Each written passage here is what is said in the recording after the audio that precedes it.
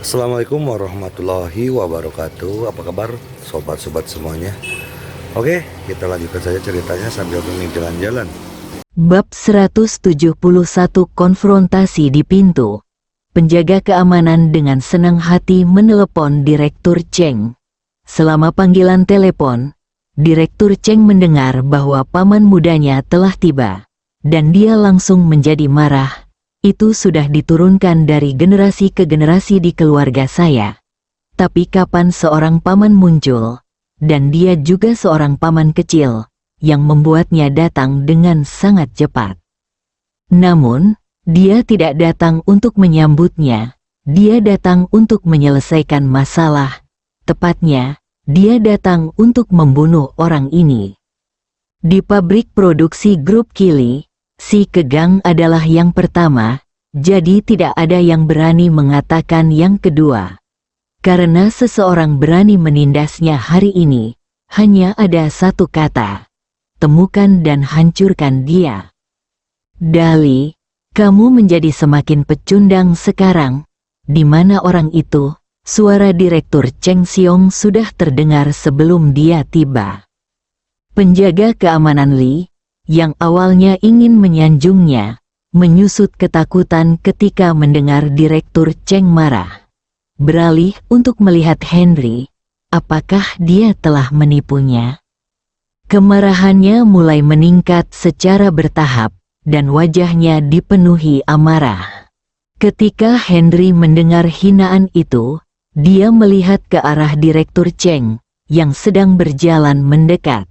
Dia berusia sekitar 50 tahun, dengan kepala botak besar, wajah bulat, dan mulut besar, tampak garang. Tingginya kurang dari 1,65 meter, dan lebar perutnya hampir sama dengan tinggi badannya. Henry ingin tertawa saat melihat penampilannya. Keponakan tertua, saya pamanmu. Setelah mengatakan itu, dia maju 2 langkah. Ketika Direktur Cheng mendengar Henry memanggil keponakan tertuanya ke hadapannya, kemarahan tiba-tiba muncul di wajahnya. Aku masih kakekmu. Begitu kata-kata itu keluar, terdengar 2 jentikan, dan tubuh Direktur Cheng menggelinding seperti bola. Jika Anda berani memarahi diri sendiri, Anda hanya mencari kematian. Sejak kemarin, Henry telah menahan banyak amarah di dalam hatinya, dan tidak punya tempat untuk melampiaskannya. Akhirnya, dia bertemu dengan seseorang yang terkait dengan kejadian tersebut, dan tentu saja dia tidak akan menunjukkan belas kasihan. Penjaga keamanan di depan pintu kaget saat melihat pemandangan ini dan hanya ingin muncul. Henry melotot dan berkata, "Saya akan memberi pelajaran pada keponakan saya, dan kalian semua minggir saja." Saat ini, Henry menyesalinya. Harus dikatakan bahwa kakeknya datang. Direktur Cheng meratap 2 kali di tanah, berhasil bangun, menutupi wajahnya yang merah dan bengkak dan bertanya, "Kamu? Siapa kamu? Apakah kamu ingat orang yang kamu bawa untuk menuangkan cairan?" Henry tidak punya waktu untuk membuang-buang waktu bersamanya.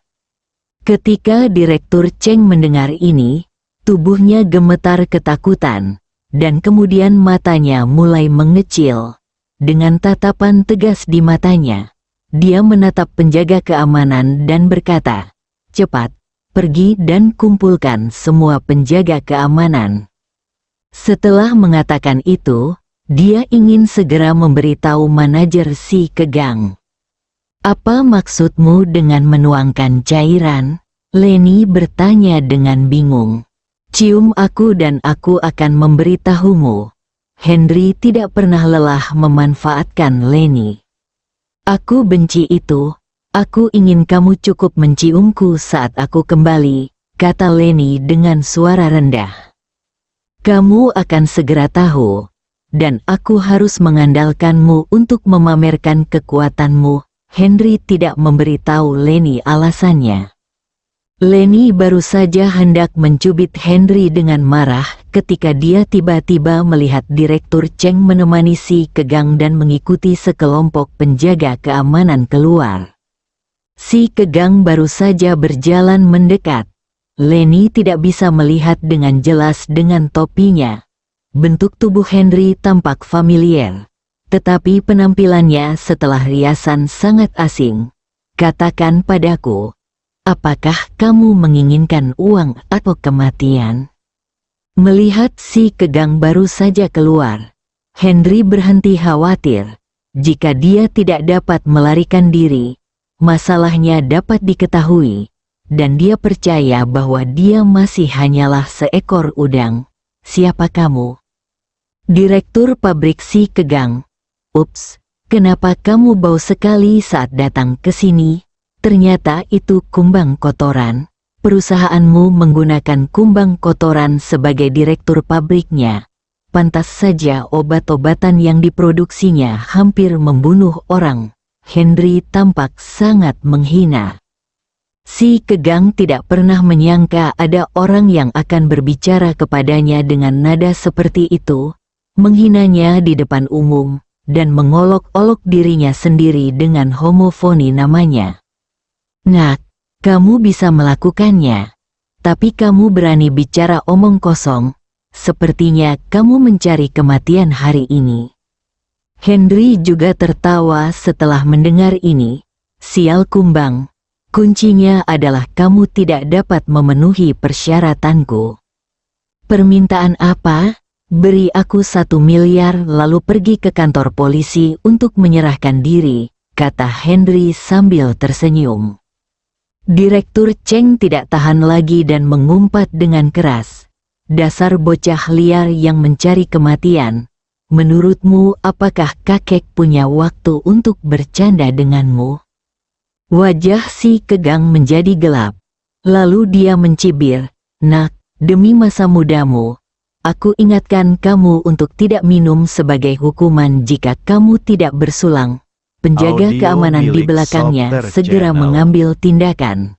Mereka semua melangkah maju dan mengepung Henry dan Leni. Si Kegang mengungkapkan senyuman sinis. Nak, jika kamu menyesal mengetahui sesuatu yang bukan milikmu untuk diketahui. Jangan pernah berpikir untuk mengambil tindakan. Biar ku beritahu, bukti yang aku miliki sudah didukung. Jika aku punya kekurangan dan aku mengirimnya ke kantor polisi, kamu akan dihabisi. Henry dengan sengaja berpura-pura menjadi lemah dalam momentumnya. Si Kegang sedikit mengernyit, lalu memikirkan orang di belakangnya dan tersenyum. Nak, apakah menurutmu kamu penting? Apa yang kamu tahu itu penting? Biar ku beritahu, tidak ada yang penting. Direktur Cheng sangat marah. Ketika dia mendengar kata-kata ini, dia dengan cepat menggema dari samping. Direktur pabrik kami punya teman di mana-mana, dan ada juga orang-orang di dalam grup yang melindungi kami. Bagian dalamnya monolitik, yang Anda sebut sebagai bukti bukan apa-apa. Henry sengaja berpura-pura gugup dan berkata, saya tidak percaya tidak ada seorang pun di grup Kili yang besar yang akan mengurus manajer kecil seperti Anda. Saya akan melaporkannya sekarang. Si Kegang tertawa, tawanya keras. Apakah menurutmu gadis kecil Mariam dapat menutupi langit dengan satu tangan ketika dia menjadi ketua? Biar ku beritahu, kejadian ini akan membuat reputasi grup Kili menjadi buruk. Membuat Mariam kehilangan posisi ketua, dan mendapatkan singkirkan dia dan bocah lelaki cantik itu, Henry. Ya, biarkan Henry bersembunyi di selangkangan Mariam dan menangis ketika ketua baru kita tiba. Henry tertawa dengan marah. Luar biasa, kamu benar-benar hebat, kamu berani mengatakan hal seperti itu di depan dirimu sendiri. Kamu tidak dipukuli. Kamu mengatakan bahwa seseorang menghasutmu untuk melakukannya. Ya, Anda pintar. Seseorang menghasut saya untuk melakukannya. Tujuannya adalah untuk mempermalukan kelompok itu dan membuat Maryam dan Henry pergi.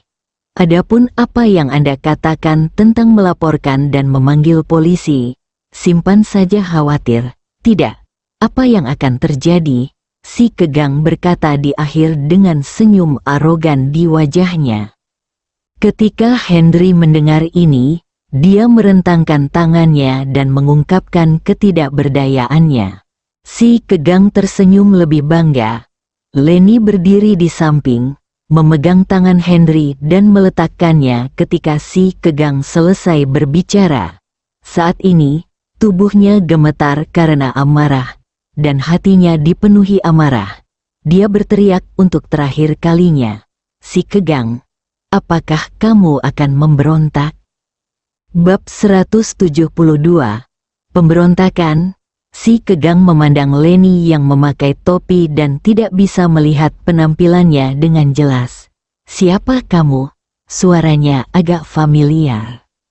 Lenny tiba-tiba melepas topinya, matanya membelalak karena marah, dan dia berteriak keras, Si Kegang, apakah kamu melihat siapa aku lagi?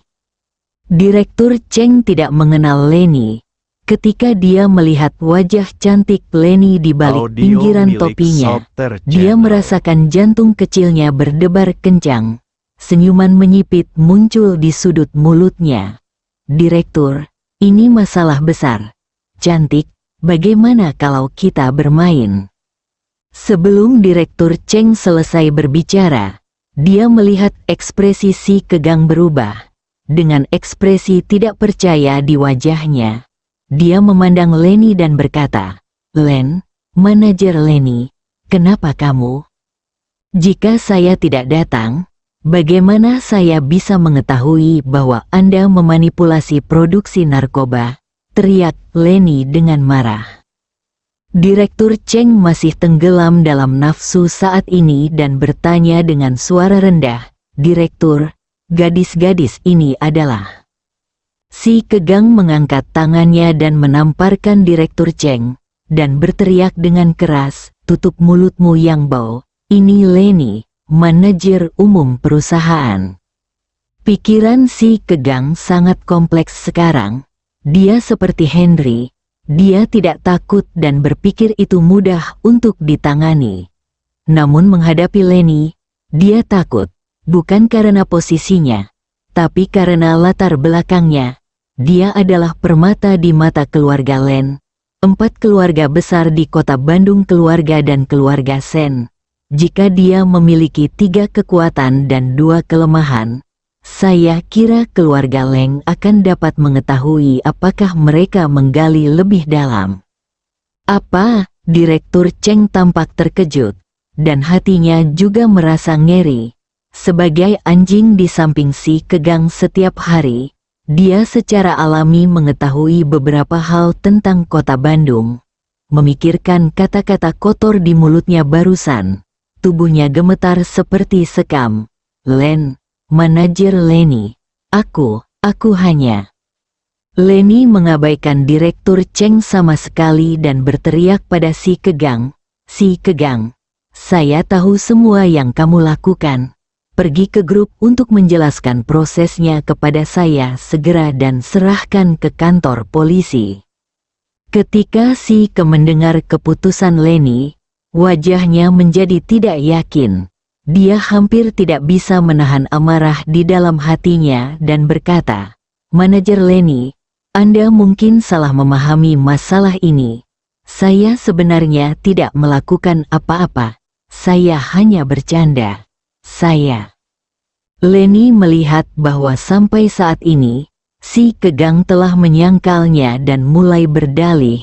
Dia mengeluarkan ponselnya dan berkata, saya mencatat semua yang baru saja Anda katakan. Jangan pernah berpikir tentang berdalih. Ini, sudut mulut Si Kegang bergerak 2 kali, dan ekspresinya membeku. Hubungi Direktur Maryam segera dan minta dia memanggil polisi dan membawa seseorang kemari. Lenny menoleh untuk melihat ke arah Henry dan memerintahkan. Otot-otot di wajah si Kegang terus bergerak-gerak, bagai pasiennya hampir meninggal. Jika dia benar-benar menelepon polisi untuk mencari tahu apa yang terjadi, dia mungkin akan menghabiskan sisa hidupnya di penjara. Akhirnya, ekspresinya berubah dingin. Dia mengertakkan gigi dan berteriak, "Manajer Leni, mengapa kamu begitu sibuk melapor ke Direktur Mariam? Mari kita ngobrol sebentar dan biarkan aku menghiburmu." Saat berbicara, si Kegang melambaikan tangannya dan penjaga keamanan di sekitar Leni dan Henry langsung menjadi waspada dan tongkat listrik di tangan mereka memancarkan cahaya biru. Melihat pemandangan ini, jantung Leni berdetak kencang, ekspresi wajahnya menjadi semakin dingin, dan dia berteriak dengan keras, "Si Kegang, apakah kamu benar-benar ingin mengambil tindakan? Apakah kamu benar-benar ingin memberontak?" Si Kegang juga putus asa saat ini. Dia tidak punya pilihan selain mengambil tindakan putus asa. Senyuman muncul di sudut mulutnya dan dia berkata, "Manajer Leni, apa yang kamu bicarakan? Saya hanya ingin kamu bekerja sama dengan saya untuk merekam video, dan kemudian kamu dapat pergi." "Video apa?" Leni bertanya dengan bingung. "Hehe, kita semua sudah dewasa. Tentu itu bukan video anak-anak bermain rumah-rumahan.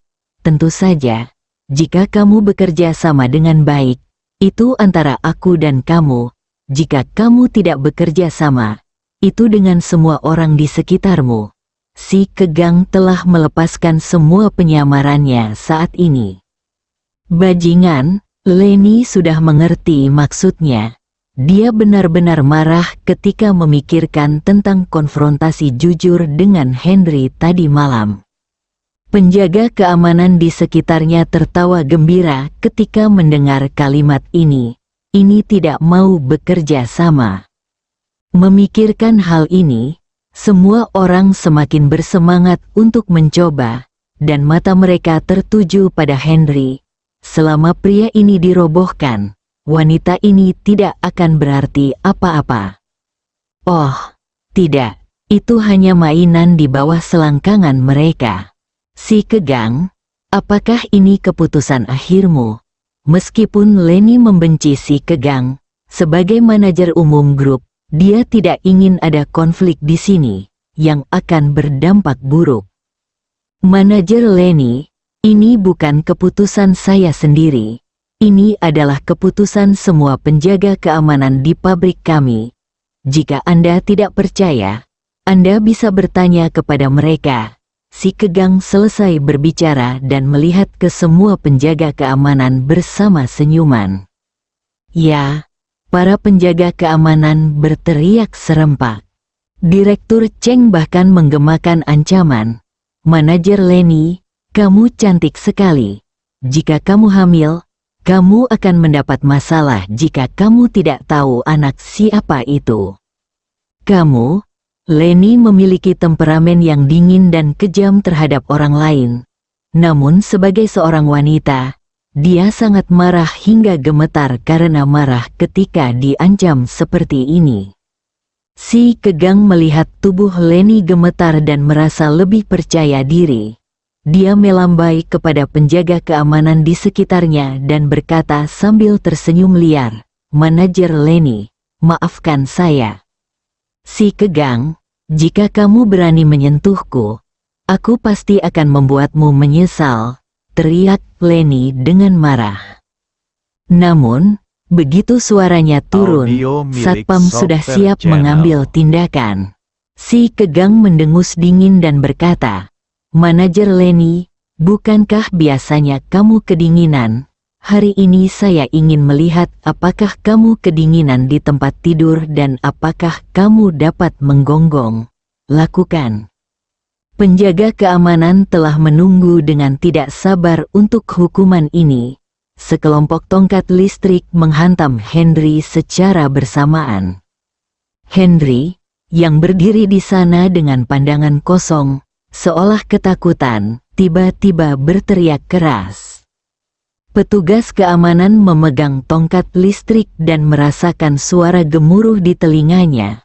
Dia sangat ketakutan sehingga dia berdiri di tempat. Aham, aku bilang kamu ingin menangkap manajer Lenny. Bagaimana kamu menemukanku? Henry bertanya dengan polos. Semua orang di tempat itu hampir muncrat. Manajer Lenny, mereka baru saja mengancam Anda dan Anda masih belum bekerja sama. Apakah Anda benar-benar menyukai banyak pria? Lenny sudah gemetar karena marah. Ketika dia mendengar kata-kata Henry, dia tertawa dengan marah dan berkata kepada si Kegang dan penjaga keamanan, "Anak ini mengejarku setiap hari. Jika kamu menjatuhkannya, keinginanmu akan terkabul." Setelah Lenny selesai berbicara, hatinya merasa mual, tetapi memikirkan kata-kata kotor Henry barusan, dia merasa akan sangat. "Ah, manajer Lenny, bagaimana Anda bisa mengalihkan masalah ke timur?" Henry berteriak ngeri. "Haha." Hal ini menyebabkan satpam di lokasi kejadian tertawa terbahak-bahak hingga membuatnya menjadi pengecut. Lenny merasa senang, ada sesuatu yang bagus untuk ditonton kali ini. Satu-satunya hal buruknya adalah tidak ada seember popcorn dan sebotol kok. Jika tidak maka akan lebih mengasyikkan daripada menonton film seni bela diri. Bersambung.